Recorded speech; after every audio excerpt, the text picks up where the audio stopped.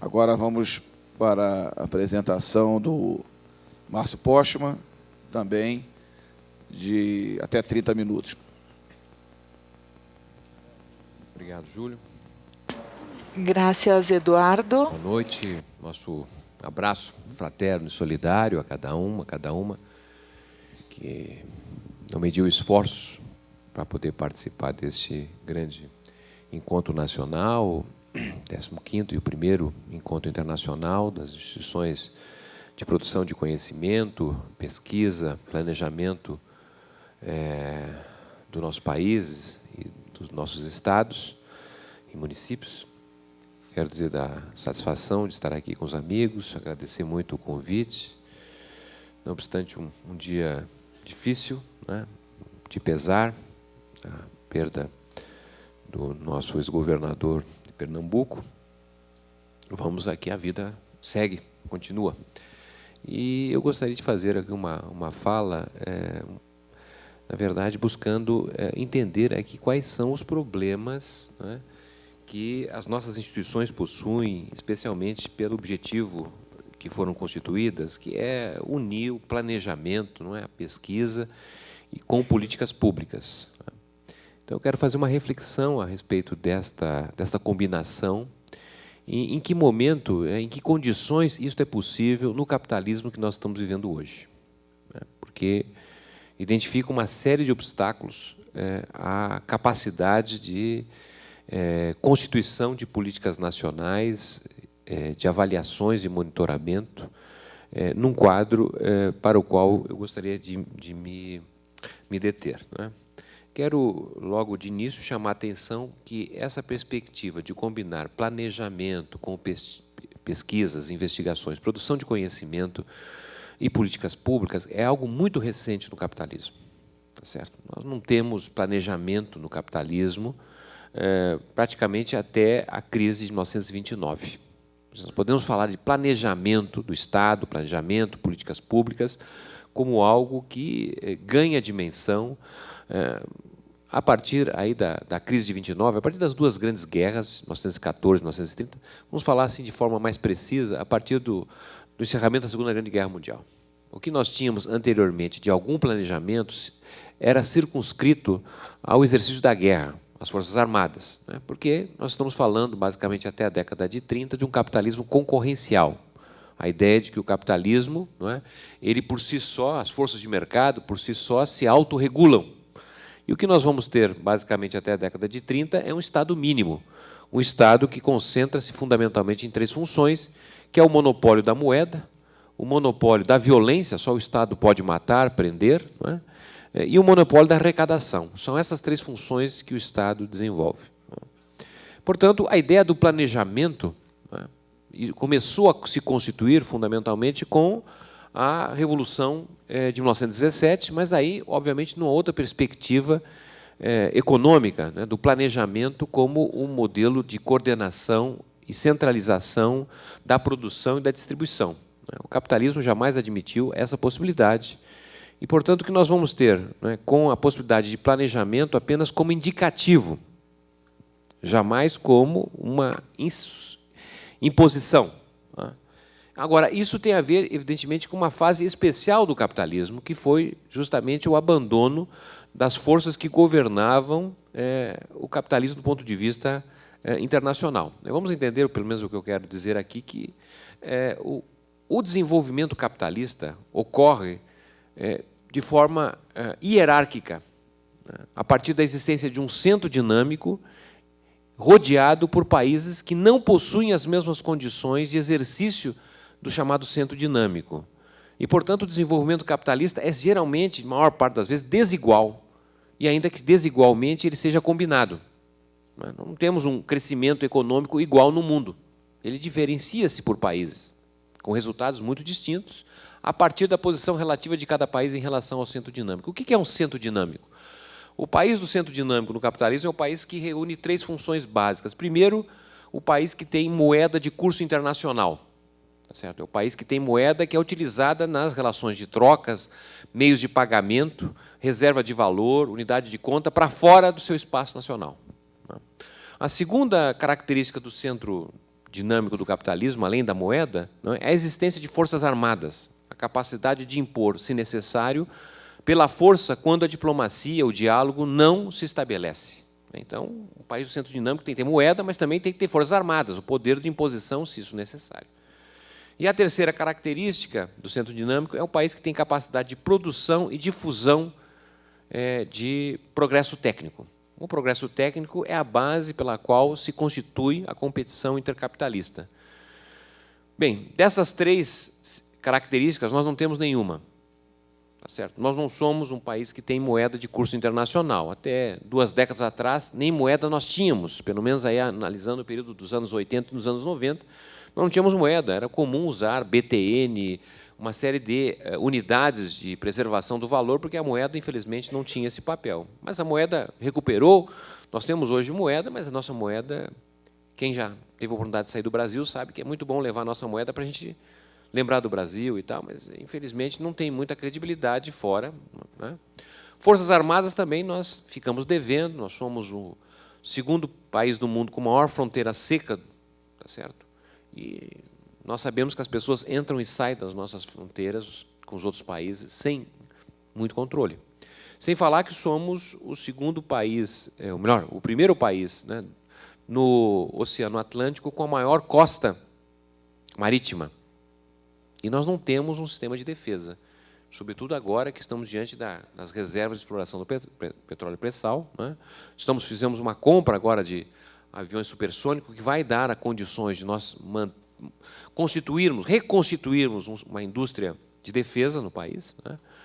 Não temos submarino nuclear, de propulsão nuclear, então temos problemas na questão de defesa. Né? Sem falar, evidentemente, na questão do progresso técnico, que nós temos ilhas de excelência importantes, como é o caso da Embraer, por exemplo, a própria Petrobras, né? Mas aí nós vamos ficando por aí.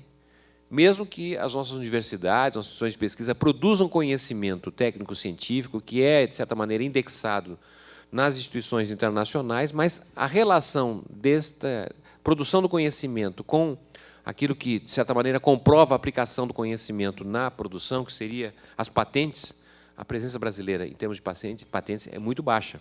Tá certo? Então, eu estou querendo chamar a atenção que, para ser um país dinâmico, do centro núcleo dinâmico, tem que ter essas 3 características.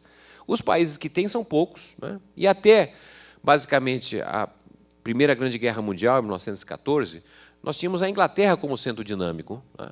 E a Inglaterra, até 1914, organizava o mundo na forma de impérios. Tá certo? Era o Império Austro-Húngaro, o Império Britânico. Não tinha espaço para a constituição de políticas nacionais. O que você tinha era uma relação de império com colônias. Alguém vai dizer, mas não tinha os Estados Unidos, não tinha o Brasil? É verdade, tinha. O Brasil, de 1922, é um país. Mas não tem política nacional. Nós não tínhamos políticas nacionais até 1930, praticamente. Alguém vai dizer, mas tinha política monetária. Claro, a política monetária e cambial olhando o café e ponto final.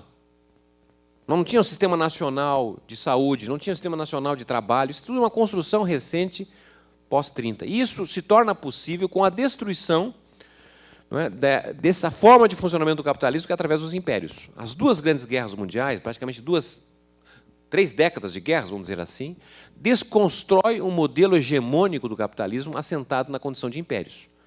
Vamos lembrar aqui que Portugal, por exemplo, até a década de 30, ainda tem 3 colônias na África. Né? Angola, Moçambique, por exemplo. Né? Então, essa é uma forma que, na verdade, a desconstrução dessa condição de império vai permitir que, no pós-guerra, nós tenhamos, então, os Estados Unidos como centro dinâmico, e os Estados Unidos, né, a sua condição de hegemonia é exercida diferentemente, pelo menos até a década de 80, é exercido de forma diferente da Inglaterra, e é um exercício do poder compartilhado e reconhecendo autonomias nacionais. Tá certo? Com o acordo de Bretton Woods, que estabelece o dólar como moeda de curso internacional, mas uma moeda de câmbio fixo, não pode ser desvalorizada, com taxa de juros fixas, tudo isso vai dar aos países as condições de estabelecer os seus sistemas nacionais, monetários, financeiros, as suas instituições de pesquisas, né, o seu sistema nacional de trabalho, de saúde e assim por diante. Então, é uma condição especial do capitalismo em que isso foi possível. E é dentro dessas condições que o Brasil começou a criar, portanto, instituições de caráter nacional, com uma capacidade muito mais ampla de produzir conhecimento e cada vez mais aplicar de alguma forma planejada. Na década de 30, que se cria o DASP, por exemplo, que é uma modificação importantíssima em relação ao Estado que nós temos no Brasil. O Estado, até então, com uma burocracia praticamente de carimbo, uma burocracia que pouco tem a ver com a ideia de desenvolvimento, de planejamento. Isso é uma construção no Brasil a partir da década de 30.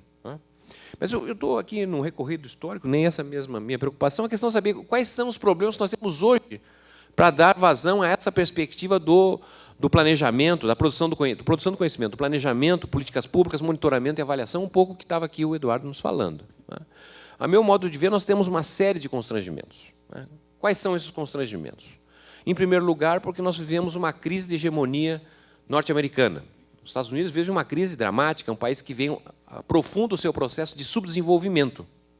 É um país que perdeu indústria, vive um processo de desindustrialização importantíssimo. Um país que tem um enfraquecimento dramático de sua infraestrutura, não tem mais investimentos em infraestrutura. Um país que vive problemas sérios em alguns municípios, como é o caso de Detroit, e assim por diante. Mas, então, nós temos um problema nesse centro dinâmico e, ao mesmo tempo, ele tem uma tensão crescente com o fortalecimento da Ásia, especialmente da China, e que alguma tensão nesse sentido está em curso. Frente a essa realidade no contexto internacional, nós temos o crescimento das grandes empresas, das grandes corporações transnacionais. Nós estamos falando hoje de um capitalismo organizado em torno de 500 grandes empresas que controlam 47% do PIB do mundo. Qualquer setor de atividade econômica, nós vamos olhar, abrir, qualquer setor, você vai ver que tem 5, 6 grandes empresas que comandam o preço e a distribuição, a pesquisa. Para vocês terem uma ideia, essas 500 grandes corporações são responsáveis por 2/3 dos investimentos em pesquisa e tecnologia no mundo. 60% do comércio mundial é feito por comércio intrafirma, entre essas grandes corporações. Então, estou querendo chamar a atenção que o capitalismo se organiza de uma outra forma, tá certo? E esta forma vem se dando por conta dessas grandes corporações transnacionais que operam cada vez mais pela lógica das cadeias globais de valor. Isso tudo coloca em xeque o espaço nacional. Tá certo? Em primeiro lugar, pelo fato que essas grandes corporações são mais fortes que países. Em 1944, quando foi feito o Acordo de Bretton Woods, nos Estados Unidos, o mundo não tinha 50 países. Certo? Hoje nós temos mais de 200 países. Só que, se nós pegarmos as 4 maiores corporações do mundo, somar o seu faturamento, equivale ao PIB do Brasil, que é identificado como o 7º do mundo. Se somarmos as 50 maiores corporações transnacionais do mundo, elas têm um faturamento que equivale ao PIB de 150 países. Tá certo? Isso desconstruiu a base de regulação e de construção de políticas. As Nações Unidas, o PNUD que está aí, cada vez é mais fraco. Cada vez tem menos capacidade de estabelecer acordos e regulações em termos internacionais. Basta dizer que nós estamos vivendo a crise mais grave do capitalismo desde 2008 e a Assembleia Geral das Nações Unidas foi incapaz de construir uma assembleia para discutir a crise e propor políticas. Quem é que tem mais ou menos articulado, ou vinha articulando os países, pelo menos os ricos? Era o G20. O G20 é uma instituição importante, mas ela não tem o poder de estabelecer políticas, ela não tem um fundo regulatório. Ela pode emitir pareceres dizendo que nesse mundo de hoje não podemos ter mais paraísos fiscais. Agora, quem vai lá nas Bahamas e olha, acabou a festa, não vai ter mais paraíso fiscal aqui na Bahamas? Quem vai? Então, esse é um quadro novo nesse sentido. Tá certo? Essas grandes corporações transnacionais têm um poder que desequilibraram o poder público, administrativo. Essas empresas são muito mais fortes do que países. Essas empresas financiam campanhas políticas, tiram presidentes, colocam outros. Não estou falando aqui da América Latina, estou falando da Itália, estou falando da Grécia. Isso é uma outra realidade que está em xeque o sistema democrático, inclusive. Se nós pegarmos um país, aqui no Brasil, 70% dos municípios, acho que tem até 20 mil habitantes. Um município de 5 mil habitantes, se instala uma siderurgia, por hipótese, ou qualquer outra empresa que vai contratar 4 mil trabalhadores, ótimo para aquele município, excelente, vai ter mais emprego, melhor salário, o município vai arrecadar mais. Mas, ao fim e ao cabo, quem é que manda naquele município? É o prefeito democraticamente eleito ou é o dono dessa grande corporação? Então, nós temos um quadro novo. Como é que se constrói políticas públicas neste desequilíbrio do poder? Certo. Essa é uma questão muito importante. Se nós vamos analisar, por exemplo, um tema que é cada vez mais importante, que é o tema da sustentabilidade ambiental. Quando a maior parcela da importância, né, da degradação ambiental provém dessas grandes corporações. Nós temos um outro aspecto que eu gostaria de entrar em relação ao Brasil, né, que é justamente essa transição que nós estamos vivendo no nosso regime federativo. Né.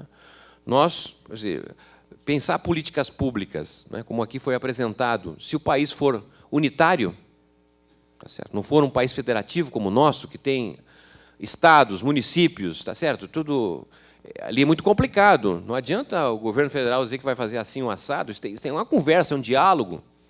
Né? A concepção do welfare state, do estado de bem-estar social, é uma concepção francesa, inglesa, em países de estado unitário e não federativos. Então, o que eu estou querendo chamar a atenção é que o regime federativo, nós temos não mais do que 30 países no mundo que são federativos, no sentido que você tem autonomia nas esferas governamentais, é como se constrói políticas públicas, não é, em esferas que há autonomia. Né? Se nós olharmos o que nós temos hoje, né, é, de certa maneira, um esvaziamento dos estados, das nossas províncias. Nós tivemos na Constituição de 88 uma certa melhora do ponto de vista do poder dos municípios, mas que se alterou pouco do ponto de vista dos recursos, né?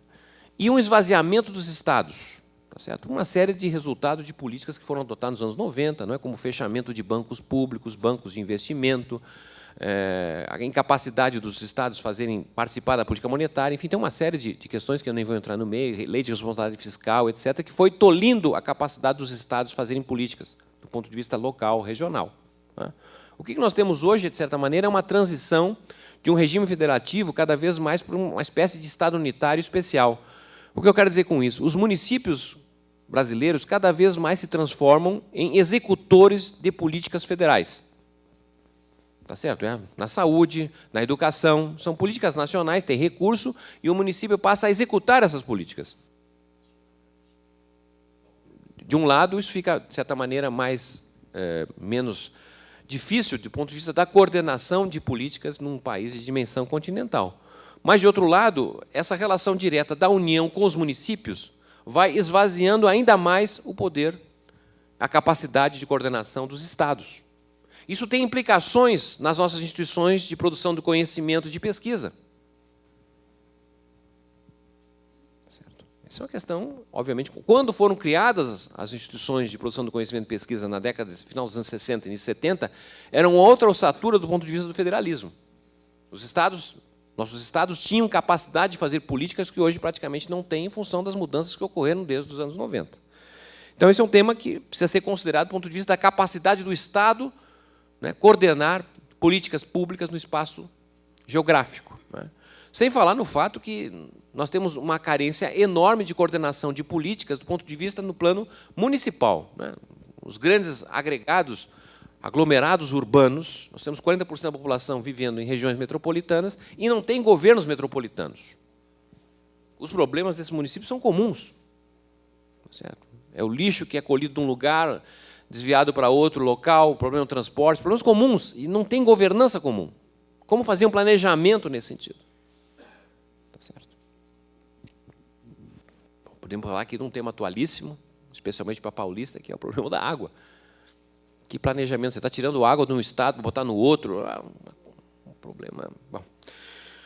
Outro tema que eu gostaria de falar é em relação ao fato de que nós estamos tendo, a meu modo de ver, uma transição econômica, objetivando construir um outro projeto, um novo modelo produtivo, com justiça social, com redução da pobreza, etc. Mas é um padrão produtivo que tem uma base industrial muito frágil. Tá certo? É um esvaziamento industrial que não é exclusivo do Brasil, tá certo? Em vários países, há uma concentração da indústria. Hoje a China responde por 80% da manufatura do mundo. Não é? Quer dizer, um projeto de desenvolvimento que tem uma base industrial muito frágil Na década de 80, o Brasil, o PIB industrial respondia por 35% do PIB. Hoje, o PIB industrial está em torno de 20%. E se manter essa situação, 2020, 2025, talvez esteja 14%, 12%, 8%. Então, esse projeto de desenvolvimento, que tem como base, né, os recursos naturais, que são conhecidos desde o descobrimento do Brasil, mas tem uma área importante de crescimento, que são serviços. Como se planeja um serviço? Especialmente numa sociedade que vive uma transição para a sociedade de serviços. E serviços, basicamente, é como a gente administra o tempo. E se nós olharmos o serviço no Brasil, que não é uma especialidade brasileira, mas estamos falando do Brasil, não é? É um procedimento de burocracia violento, de complexidade do serviço. Um exemplo qualquer, como, por exemplo, tirar a carta de motorista. Você tem que ir a 5, 6 lugares para tirar o tal da carta de motorista. Como reorganizar a política pública do ponto de vista desse planejamento na sociedade de serviços? As manifestações que nós tivemos no ano passado foram manifestações, de maneira geral, questionando a questão dos serviços. E nós temos problemas sérios de serviços no setor privado como no setor público.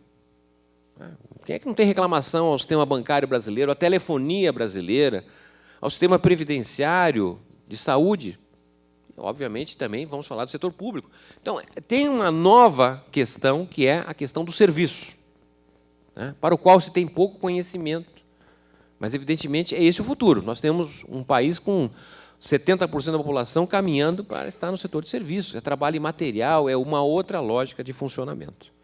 E, ao mesmo tempo, a ideia do planejamento que nós fomos construindo no pós-30 para cá, na verdade, foi uma concepção do São Paulismo. O que eu quero dizer com isso, do São Paulismo, né? Na realidade, ali, 30, 32, né, que foi um momento chave do Brasil, né, nós temos a chamada Revolução de 30, Florestan Fernandes já explicou que não é uma revolução, mas, em todo caso, é um momento institucional muito importante. E nós temos 32, que é uma contra-revolução, digamos assim, uma reação da aristocracia cafeicultora ao projeto urbano industrial que se construía, então, a partir de então. Mas ali houve um acordo, tá certo? Que acordo foi esse? O acordo, basicamente, de que a indústria, esse novo projeto que estaria a ser implantado, deveria ficar no Sudeste, especialmente em São Paulo, que já reunia as bases primárias para a indústria, tendo em vista a economia cafeicultura que, desde o século XIX, ali se constituía. Mas não precisava necessariamente a indústria ficar em São Paulo. Você podia ter tido uma indústria muito mais descentralizada, né? Mas aquele acordo que ocorreu ali nos anos 30, basicamente garantiu duas coisas: que haveria uma centralidade econômica em São Paulo e, ao mesmo tempo, o exclusivismo econômico paulista. O que eu quero dizer com isso? Quer dizer, o projeto de pós-30 é um projeto de desenvolvimento de economia fechada, de substituição de importação. Então, aquilo que os estados compravam de fora, passaram a ter que comprar internamente, e comprariam do estado que produzia. Quem produzia? São Paulo. Então, o que se passou a ter um exclusivismo das compras, das vendas de São Paulo para o restante do Brasil.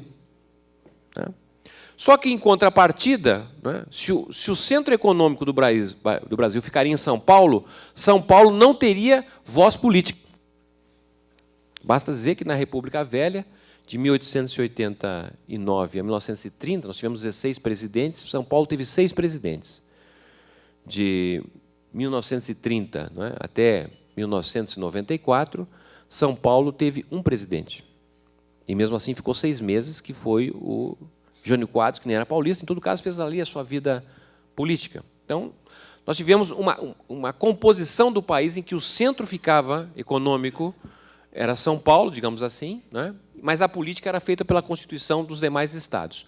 Tudo isso para dizer o seguinte: havia um modelo São Paulismo a seguir. O que era esse modelo São Paulismo? Era o Brasil uma ideia de ferrovia, tá certo? E que a locomotiva era São Paulo.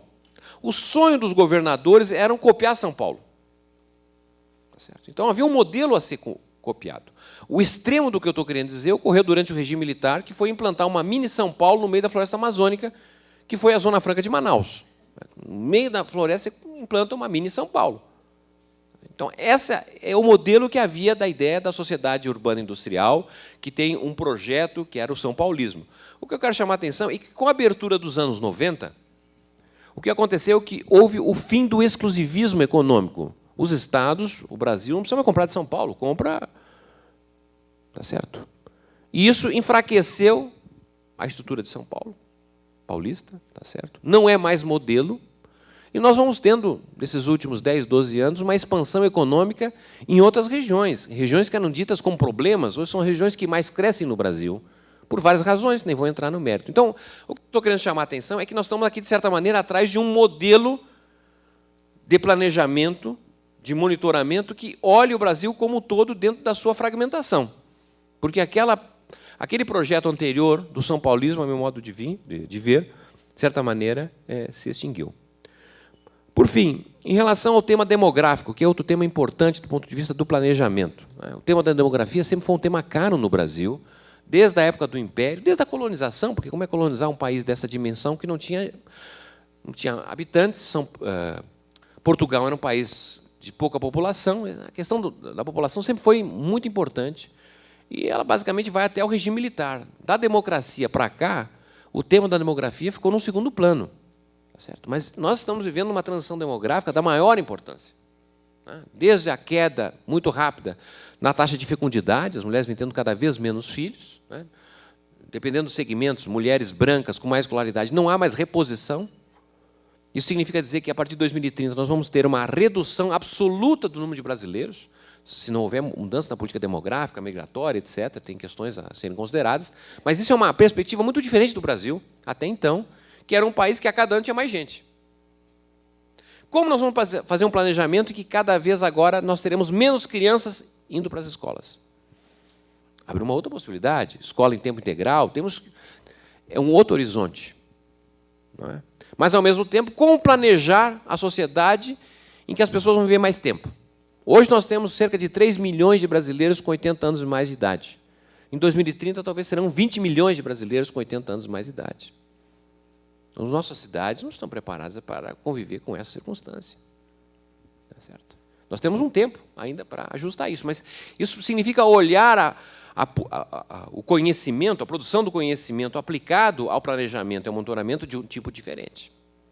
Tá certo? Que não é aquele planejamento autoritário, mas significa a participação, a construção, né, coletiva disso. Como é que se planeja coletivamente? Como é que se ouve a representação da população? Tá certo? Mas que experiência? Nós temos experiência de orçamento participativo, etc., mas, obviamente, nós queremos avançar em relação a isso. Quando nós olhamos a questão dos municípios brasileiros, nós temos, dos 5.500 municípios, mais ou menos, nós temos 1.800 municípios que estão vivendo uma fase de decadência. São municípios que vão virar municípios fantasmas pela redução dramática da população.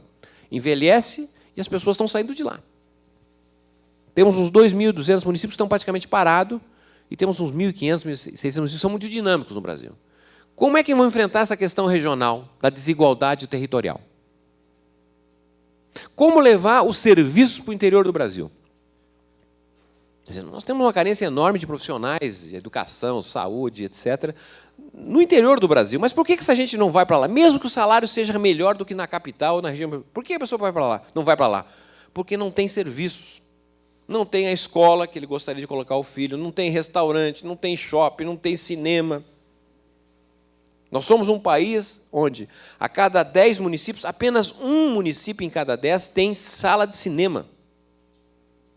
Então, essa questão cultural, equipamentos, né, culturais de importância do ponto de vista da análise. Vamos analisar como é que se planeja a infraestrutura e a presença do Estado no território. Né?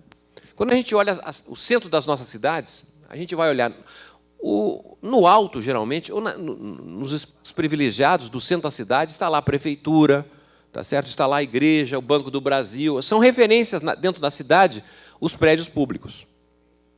Quando nós vamos olhar o avanço da cidade do ponto de vista da sua fronteira, em relação à periferia, vamos chamar assim. Onde é que estão a escola? Onde é que está o posto de saúde? Em geral, é na área deprimida.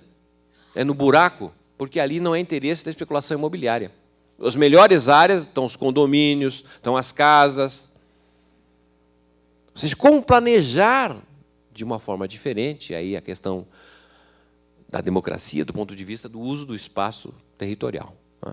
Bom, tudo isso para chamar a atenção para o fato de que nós, de certa maneira, vivemos um período aí privilegiado, porque, de certa maneira, estamos com condições de alterar essa realidade, não é? Fazer a história com as nossas próprias mãos. Nós que somos um país sem tradição democrática, um país que tem mais de 500 anos de história e completa agora apenas, não somente, 50 anos de democracia. Isso é muito pouco, tá certo?